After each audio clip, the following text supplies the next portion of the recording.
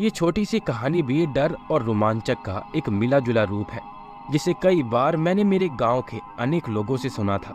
ये कहानी हमारे गांव में हर कोई जानता है। कहानी सुनने पर जो मेरे सामने आया वह मैं आप सब तक पहुंचा रहा हूं।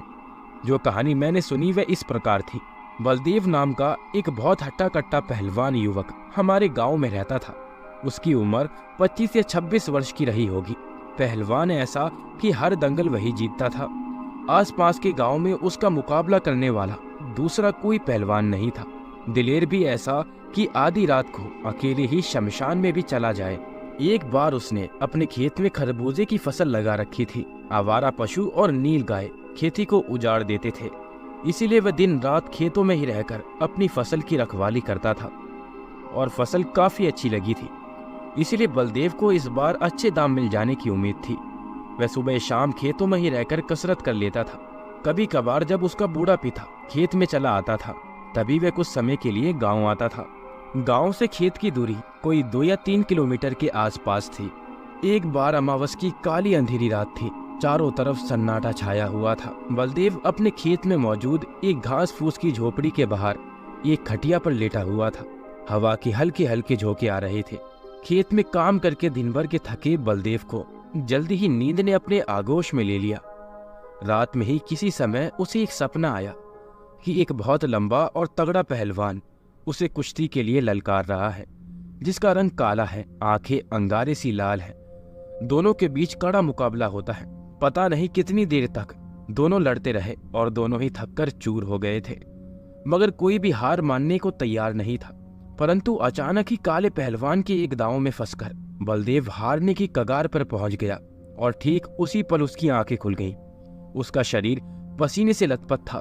उसने उठकर खटिया के पास रखे मट्टी के बर्तन से पानी पिया और उस सपने के बारे में सोचने लगा। क्या सचमुच आसपास के गांव में कोई ऐसा है जो उसे दंगल में पछाड़ सके? रात आधी से ज्यादा बीत चुकी थी। वह दोबारा खटिया पर लेटकर सोने का प्रयास करने लगा।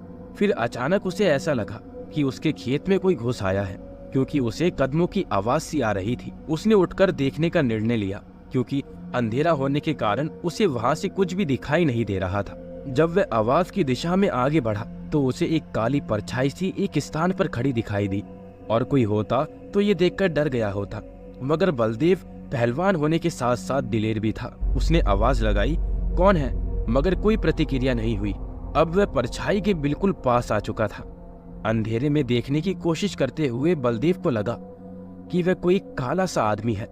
लाल अंगारे सी आंखें, लंबा तगड़ा शरीर। अचानक ही बलदेव उछल पड़ा, क्योंकि जिसके साथ वह सपने में कुश्ती लड़ रहा था, ये आदमी हूबहू वैसा ही दिखाई दे रहा था। ये कैसे संभव है? क्या उसे कोई धोखा हुआ है?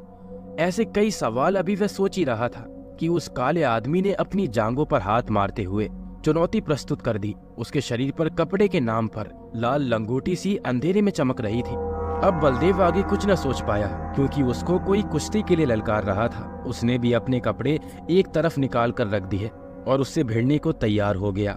अब दंगल शुरू हो गया था, और वह भी खेत के भीतर ही। जल्दी ही बलदेव को उसकी ताकत का एहसास हो गया था, क्योंकि इतनी देर तक उसके सामने टिक पाना हर किसी के बस की बात नहीं थी। वह हर तरफ से बलदेव को टक्कर दे रहा था। मुकाबला बराबरी का चल रहा था। यहाँ तक कि खरबूजे की फसल भी उनके पैरों तले कुचलकर बर्बाद हो रही थी। मगर बलदेव को तो जैसे कुश्ती के सिवा कुछ होश ही न रहा था। मुकाबला लंबा खिंचता जा रहा था।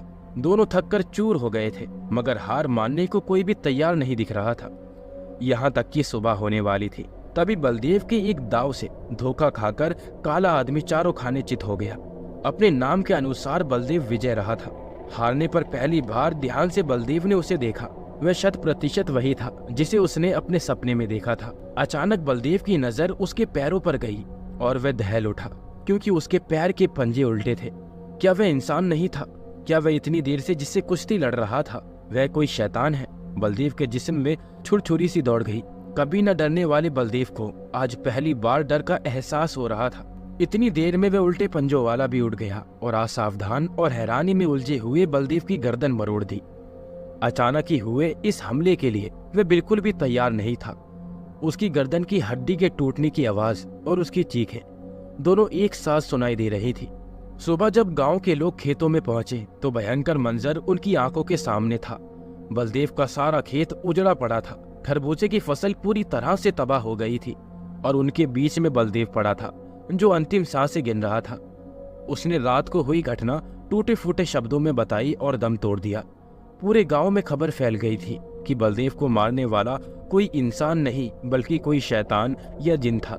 जिसने भी ये सुना वह थरथरा कर रह गया।